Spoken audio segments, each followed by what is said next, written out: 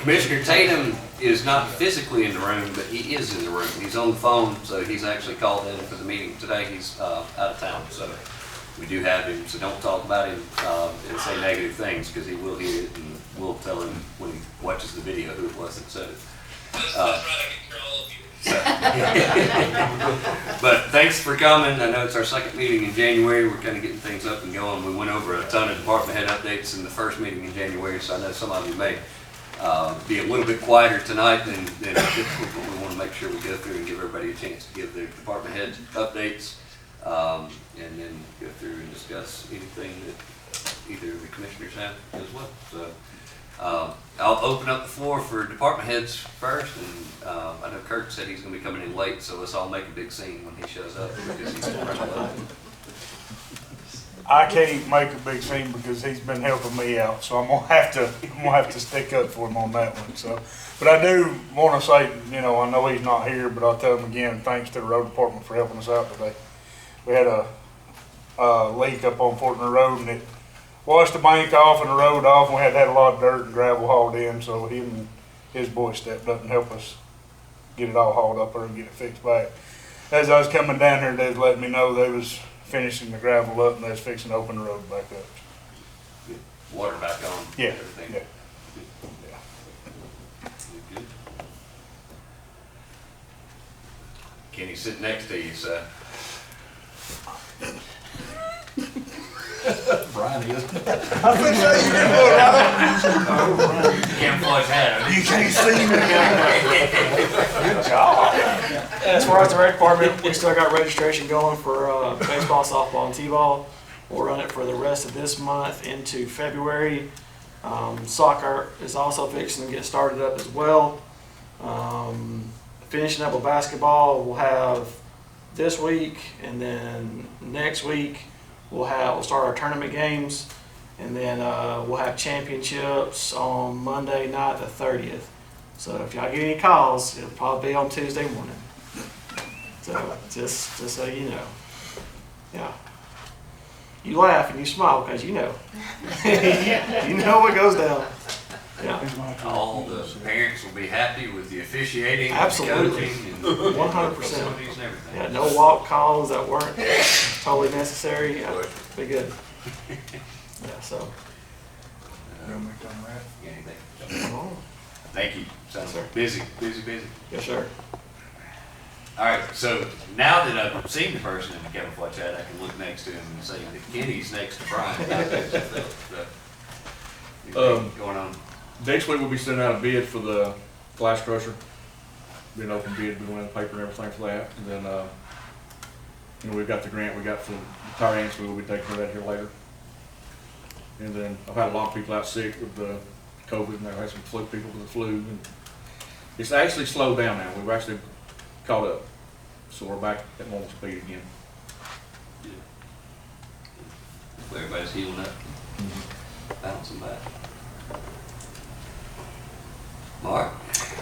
Let's see, we should be starting our hazard mitigation plan update this year.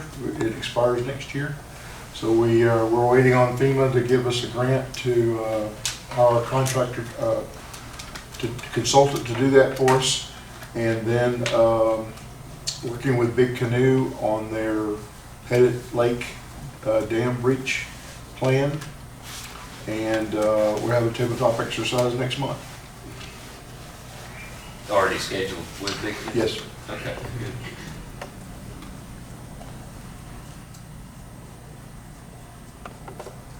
Who's next? Whoever wants to jump in. Anybody? Wes? Still rolling along. It's not as busy as it was last year in January, but we're still going right along. We have devoted a lot of time to ordinance review and meeting with various subject people there. And so we're dividing our time there. We've had some people out too with sickness, so we're just trying to make sure we get everything covered. Yeah, it seems like January is the month that December and January catches us all with each department, so hopefully everybody will heal up, be back. Emily 2.0. I'm drink one of them. Well, I knew you were talking to her on the phone there. I wanted to be in with you. Any updates going from public safety? Yeah, we would like to mention that, you know, we got some money from Northside Cherokee. They bought us a Lucas device, which is one of the CPRs, basically in the back where it relieves one of the medics. They're really nice. They just do the CPR for us. They do the chest compressions. Well, Mountainside had also reached out to us, and they have a grant for roughly $11,600. I just wanted to let y'all know that that money could be coming in, because basically we have to get that ordered. Our price will change drastically after February the 1st.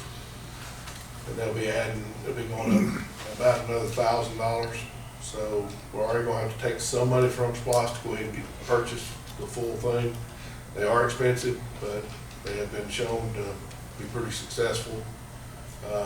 With medics and people in the back of the truck, they're more stable to keep the compressions going and the full recoil instead of us hanging on to the bar and trying to do CPR and go to the hospital. So want to make y'all aware of that. Trying to think if there's anything else right off the top of my head.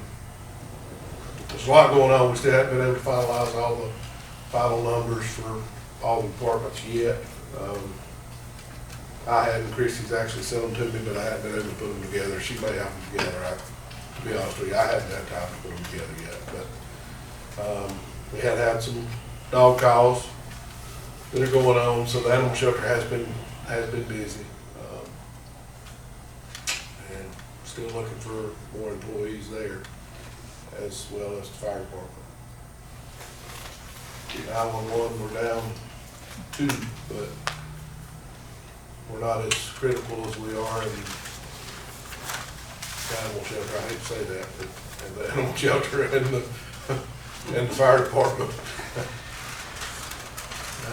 Even though 911 is the first part of it, we gotta have them. They do a great job, but we're kind of critical in other areas. I went to the Northwest Georgia Regional Commission meeting with all the Northwest Georgia commissioners this morning, and it's the same story. Every county in Northwest Georgia's public safety and some of the other agencies around it, they're still struggling to get employees, to get applicants to try to compete and go after.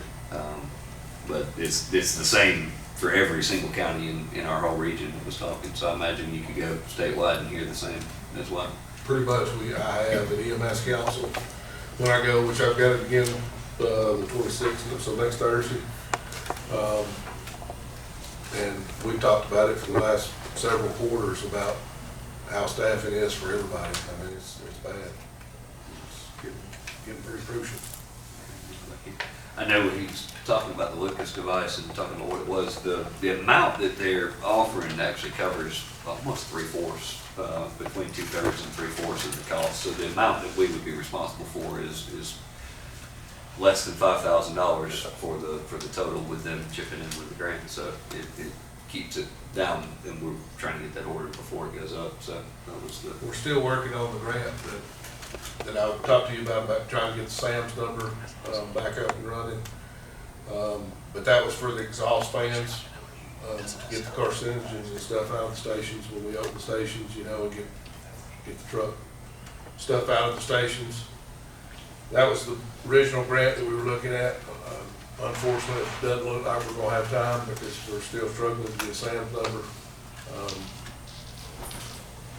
That's been one heck of a headache. I've talked to Chris about it, but you can't really talk to anybody at the federal government anymore like you used to. You know, so we're having a time with that. Hopefully we can get the SAM's number. There's some EMS grant that'll be coming up, I think in March. It's either March or May. Chief, you remember if it's March or May? But anyway, sometime during that time, and then hopefully we can continue to get some more of the Lucas devices. We really need to have them on all the trucks, especially with the staffing issues.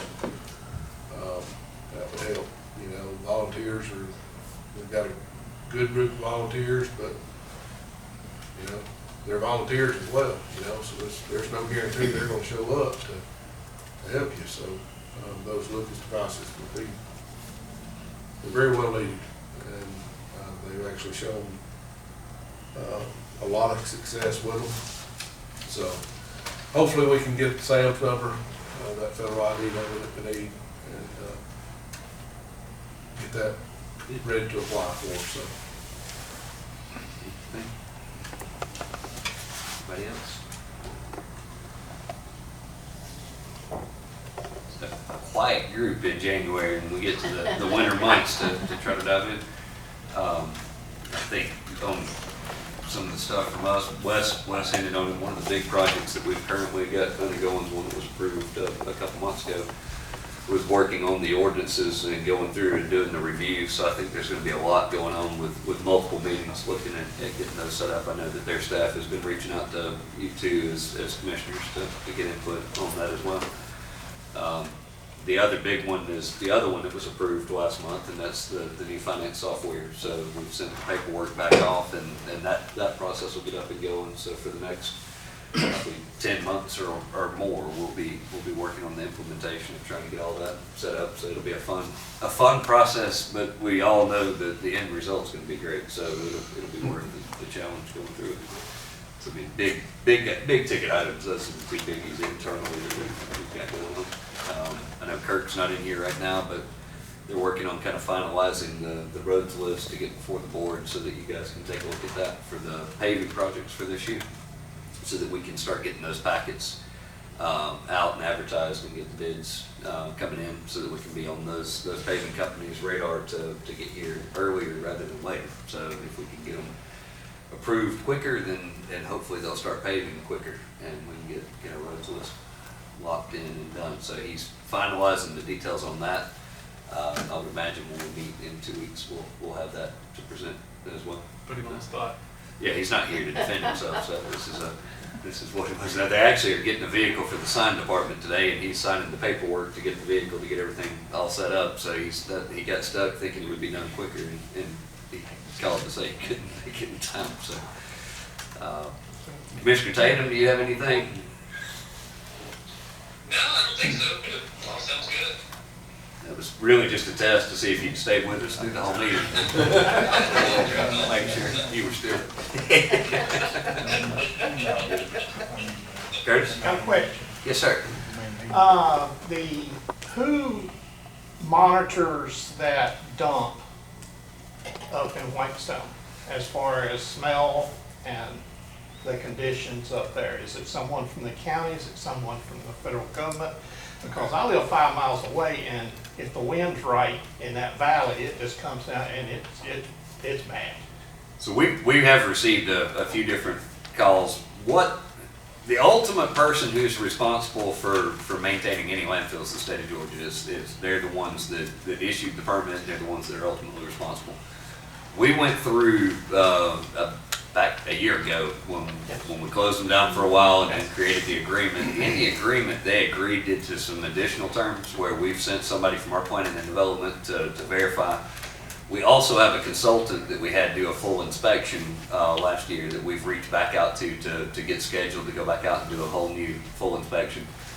We've been speaking with the owners. I know that earlier this week they spoke with the owners. They're aware. They're doing everything that's required. What was unique, and I know we went over it a year ago when we presented it, one of the unique items in a construction landfill, the C&D portion of the landfill that's permitted to take construction debris, is the sheetrock. Sheetrock is different than trash. Sheetrock smells when it gets cold, not when it's hot. Trash in the summertime would be when you would smell the horrible smell. Decomposing sheetrock, on the other hand, when it's cold, for some reason, is when the odor starts to come out. And so we've had them going back up. They're looking at inspecting to make sure that they are covering during the right amount of time. We get them to agree to cover twice as often as what the state law requires. And up until recently, every time it's been verified, we've had somebody internally that's gone out and checked it, and it's been covered. They've put in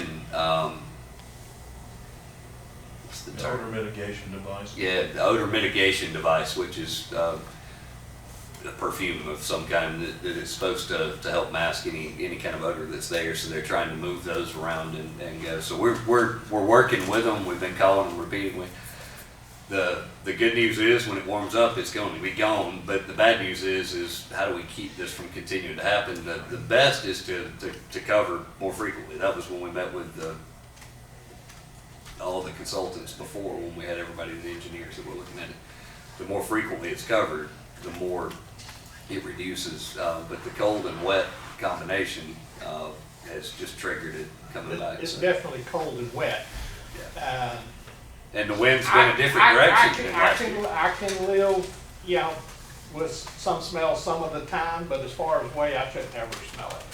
But I understand what you're saying. But one of my big issues is what kind of,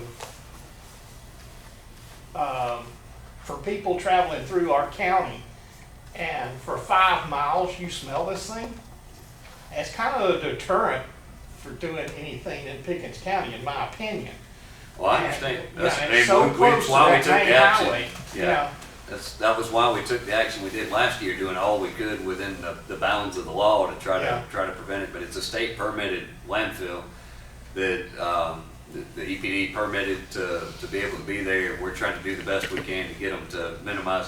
It shifted this year from last year. Last year the wind seemed to blow it north and it went northwest. This year it seems to be blowing it more southwest. Yeah, right And down the so, valley. it was going a whole different direction because we've been up there a few times checking it. I've personally gone up there just the other day to check after we received a call about it again.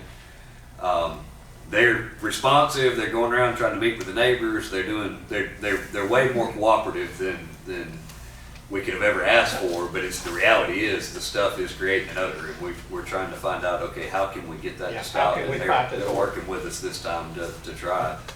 You know, I grew up on a chicken farm. I know what odor is, believe me. Yeah. But that it's terrible sometimes. I mean, you can drive up through there and it'll get on your clothes and smell it all the way to LJ.